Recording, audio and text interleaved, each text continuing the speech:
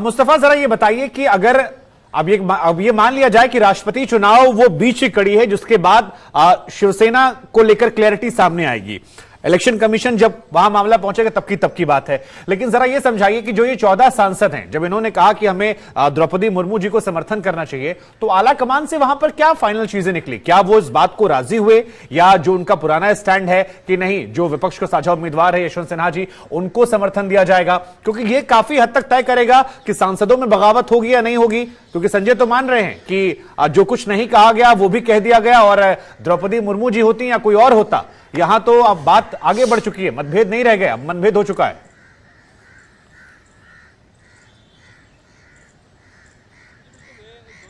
अगर आप देखें तो ये समझ में आता है कि कहीं ना कहीं शिवसेना के कई सांसद हैं जो आगे चलकर एक तरह से उद्धव ठाकरे का साथ छोड़ सकते हैं। लेकिन मुद्दा सिर्फ ये आप कह सकते हैं कि उन्हें जताना है, कोई बहाना चाहिए साथ छोड़ने के लिए, इसलिए प्रेसिडेंशियल इलेक्शंस का कहीं ना कहीं बहाना लिया गया है। क्योंकि कई शिवसेना के मेंबर ऑफ पार्लियामेंट हैं, जैसे कि राहुल शिवाले हैं, उन्होंने एक लेटर लिखा और लेटर लिख करके ये कहा उद्धव ठाकरे को कि द्रौपदी मुर्मू को प्रेसिडेंशियल इलेक्शन में सपोर्ट करना चाहिए। हालांकि ये बात अगर आपको अपने पार्टी से करनी है तो आप एक निजी तौर पर भी कर सकते हैं, लेकिन लेटर लिखकर उसको पब्लिकली जाहिर करने की जो बात है, उससे कहीं ना कहीं सामने आता है कि नाराजगी जो है वो शिवसेना के सांसदों में अभी फिलहाल दिखती नजर आ रही है। वहीं पर उद्धव ठाकरे ने, क्योंकि अब वो एक तरह से इस कश्मकश में है कि कहीं एमएलएस के बाद अगर एमपीज भी उनका साथ ना छोड़ते, एक वो भी उनके ऊपर प्रेशर बना हुआ है। कहीं ना कहीं अगर वो यशवंत सिन्हा का साथ देते हैं तो वो एक तरह से प्रेशर दिखेगा, क्योंकि ज्यादातर मेंबर ऑफ पार्लियामेंट जो है वो द्रौपदी मुर्मू को वोट करना चाहते हैं। तो शायद यही कश्मकश को देखते हुए उद्धव ठाकरे ने तुरंत अपना फैसला जाहिर नहीं किया। उन्होंने कहा कि मैं 1-2 दिन में करूंगा, लेकिन जो सूत्र बता रहे हैं शिवसेना के वो यही है कि ज्यादा प्रेशर जो है उद्धव ठाकरे के ऊपर द्रौपदी मुर्मू को समर्थन देने के लिए ही है। जी, और आला कमान की तरफ से क्या चीजें आई हैं? क्योंकि हम आदित्य ठाकरे को सुन रहे थे, उन्होंने बयान दिया कि देखिए जो बगावत कर गए हैं उनमें चुनाव लड़ने की हिम्मत नहीं है। तो ऐसे में संदेश तो हमें आला कमान सख्त नजर आ रहा था। अब इस मामले को लेकर अब तक क्या क्लैरिटी हुई है इस मीटिंग में?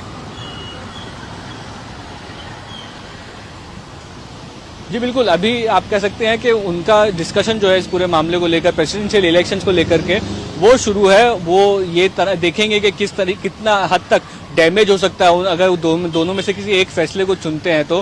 क्योंकि कहीं ना कहीं उद्धव ठाकरे ने ममता बनर्जी, शरद पवार के साथ मिलकर एक यूनाइटेड अपोजिशन का फ्रंट भी बनाया हुआ है, उसको भी कहीं ना कहीं डैमेज हो सकता है क्या, ये बात भी उनको कंसीडर करनी पड़ेगी। तो ये सारी चीजों पे डिस्कशन आप कह सकते हैं कि इस वक्त विचार विमर्श शुरू है। कुछ ही दिनों में उद्धव ठाकरे अपना फैसला जाहिर करेंगे, लेकिन ये फैसले के जाहिर होने से कहीं ना कहीं उनके सांसदों की जो नाराजगी है वो दूर नहीं होगी। वो कहीं कोई ना कोई और बहाना जो है वो ढूंढते दिखाई देंगे। ठीक है, अब संजय के पास जाऊं उससे पहले एक सवाल आपसे और पूछ लेता हूं मैं। एकनाथ शिंदे ने जब बगावत की कार्रवाई की बात की या व्हिप जारी किया गया बागी विधायकों को लेकर इनकी तरफ से, तो आदित्य ठाकरे का नाम नहीं गया था। आप खुद कह रहे हैं कि सांसद जो हैं वो कह रहे हैं द्रौपदी मुर्मू को समर्थन कर दिया जाए।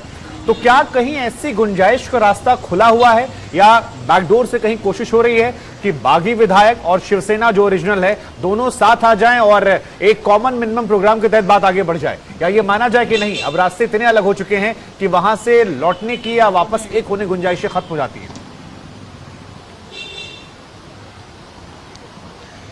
बिल्कुल, ये स्थिति पर इस वक्त कमेंट करना मुश्किल होगा, क्योंकि कहीं ना कहीं एकनाथ शिंदे का जो गुट है उनसे ये बात होती है कि अभी भी वो उद्धव ठाकरे का सम्मान करते हैं। जो चीजें हो गई वो भूल करके आगे बढ़ना चाहिए। लेकिन सरकार जो है उद्धव ठाकरे ने गंवाया, मुख्यमंत्री पद उद्धव ठाकरे ने गंवाया है, और वो भी अपनी ही पार्टी के एमएलए के हाथों। तो क्या वो ये चीज भूल कर आगे बढ़ने को तैयार है? वो अगर उनके साथ चले जाते हैं तो 2.5 साल से उनकी जो राजनीति रही है, बीजेपी के अगेंस्ट की जो राजनीति रही है, वो पूरी के पूरी उनको चेंज कर फिर प्रो बीजेपी के साथ वाली राजनीति करनी पड़ेगी। क्या उसके उस बदलाव के लिए उद्धव ठाकरे तैयार है?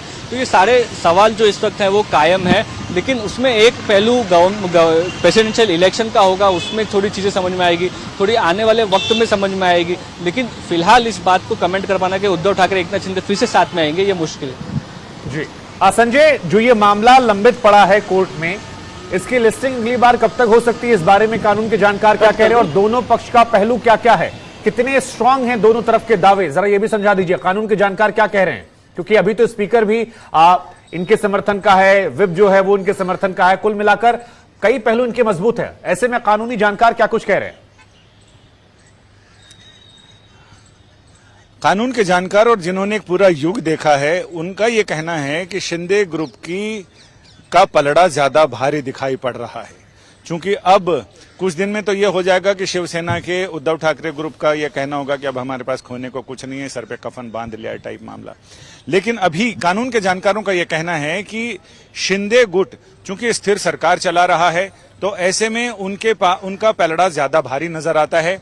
और जब डिप्टी स्पीकर के खिलाफ ही अगर हटाने की कार्रवाई शुरू हो जाएगी, इनिशिएट कर दी जाएगी, तो उसके बाद वहां भी शिवसेना को लूज करना पड़ेगा, शिवसेना के ठाकरे धड़े को। तो कुल मिलाकर मामला धीरे धीरे जो सरकार में होता है उसके पास बहुत सारे समर्थन भी होते हैं, फायदे भी होते हैं उसके, और उसका फायदा भी उठाते हैं लोग। तो वो स्थिति अभी लगातार शिंदे गुट की ओर बढ़ती हुई दिखाई पड़ रही है, यानी उनका वजन बढ़ता हुआ दिखाई पड़ रहा है। और धीरे धीरे शिवसेना अलग थलग पड़ती हुई दिखाई पड़ रही है, ठाकरे ग्रुप वाली शिवसेना। चूंकि यह मामला ये है कि शिवसेना एक ऐसा मामला हो गया है जिसमें सत्ता पक्ष में भी शिवसेना है और विपक्ष में भी शिवसेना है। तो ऐसे में ये क्लियर करना जरूरी होगा हम सारे लोगों के लिए, अपने दर्शकों की समझ के लिए, कि शिवसेना के कौन से धड़े की बात हम कर रहे हैं। जी, तो कानून के जानकार अगर यहां पर आप खुद कह रहे हैं कि ये कह रहे हैं कि शिंदे गुट का पलड़ा भारी है, तो उद्धव ठाकरे वाली शिवसेना के पास ऑप्शन क्या बचते हैं? क्या इस बारे में वो सोच रहे हैं? क्योंकि हम और आप देख रहे हैं कि शिंदे गुट जो है वो हर कदम फूंक फूंक के चल रहा है, चाहे कानूनी कदम हो या मैसेजिंग की बात हो, जहां पर आदित्य ठाकरे पर वो व्हिप नहीं जारी करते हैं, उद्धव ठाकरे को लेकर सम्मान की बात हो, या सांसदों का उनका ये कहना कि देखिए भाई हम तो चाहते हैं कि आदिवासी महिला को राष्ट्रपति बना दिया जाए। तो कुल मिलाकर एक बड़ी सोची समझी प्लानिंग चल रहे हैं वो। तो ऐसे में उद्धव गुट के पास ऑप्शंस क्या बच रहे हैं? उद्धव गुट के पास तो धीरे धीरे मुट्ठी में बंद रेत की तरह धीरे धीरे चीजें फिसलती जा रही हैं। तो ऐसे में लग रहा है कि अब वो शिवसेना को अपने उस पर नियंत्रण रखने के लिए पूरी शक्ति लगा रहे हैं और उसमें अपनी पूरी ऊर्जा इसमें लगा रहे हैं कि अब इसमें ज्यादा बिखराव ना हो, जितने लोग बचे हुए उन्हें संभाल कर रखा जाए और फिर से कैसे अपनी खोई हुई जमीन को हासिल किया जाए। क्योंकि अपने ही लोगों ने, जैसा कि उन्होंने उस दिन कहा था कि अपने लोगों ने खंजर घोंप दिया, बाकी जिनसे हमें डर था कि विपक्षी जो साथ में गठबंधन के लोग हैं वो शायद धोखा देंगे, लेकिन वो हमारे साथ बने रहे और अपने लोगों ने खंजर घोंपा। तो फिलहाल अभी उनको राष्ट्रपति चुनाव हो या आगे और ऐसी परिस्थितियां हो, उनके लिए बड़ा चुनौती भरा होगा कि अपने जो मुट्ठी भर लोग हैं उनको कम से कम ऐसा ना हो कि मुट्ठी में बंद रेत की तरह वो भी धीरे धीरे फिसलते चले जाएं। तो उनके लिए बड़ी चुनौती ये होगी कि शिवसेना को कैसे अपने नियंत्रण में रखा जाए और कैसे शिवसेना का अपने धड़े का प्रभाव क्षेत्र बढ़ाया जाए ताकि विपक्षी का, यानी दूसरे धड़े का प्रभाव क्षेत्र कम किया जा सके। बड़ी चुनौती इनके सामने फिलहाल यही दिखाई पड़ती है। जी, कोई नई याचिका भी क्या दायर की गई है शिवसेना की तरफ से सुप्रीम कोर्ट में? फिलहाल तो अब इसके सुनवाई होने के बाद तो कोई नई याचिका दाखिल नहीं की गई है, लेकिन इससे पहले अब तक इसमें 3 याचिकाएं दाखिल कर दी गई हैं। लेकिन उसमें जब ये याचिकाएं अवकाशकालीन पीठ के सामने आई थी तब यही कहा गया था कि इसकी सुनवाई 11 जुलाई को होगी। 11 जुलाई को नहीं हुई सुनवाई, और अब आगे कौन सी पीठ करेगी ये चीफ जस्टिस, क्योंकि मास्टर ऑफ रोस्टर होते हैं, वही रोस्टर तैयार करते हैं, उन्हें ही ये तय करना होगा कि अब ये मामला कौन सी पीठ के सामने जाए, जो पीठ इसको सुन सके और इस पर फैसला दे सके। क्योंकि ये मामला लंबा चलने वाला है, लिहाजा ये भी देखना होगा कि ऐसी पीठ हो जो इस मामले को या तो डे टू डे हियरिंग या फिर जल्दी जल्दी इसकी सुनवाई करे और इस मामले को जल्दी निपटाया जाए, क्योंकि ये विधानसभा से समयबद्ध विधानसभा का कार्यकाल होता है। तो ऐसे में जल्दी से जल्दी इसको कैसे इसका निपटारा किया जा सकता है उसके लिए कोशिश करेंगे। जी।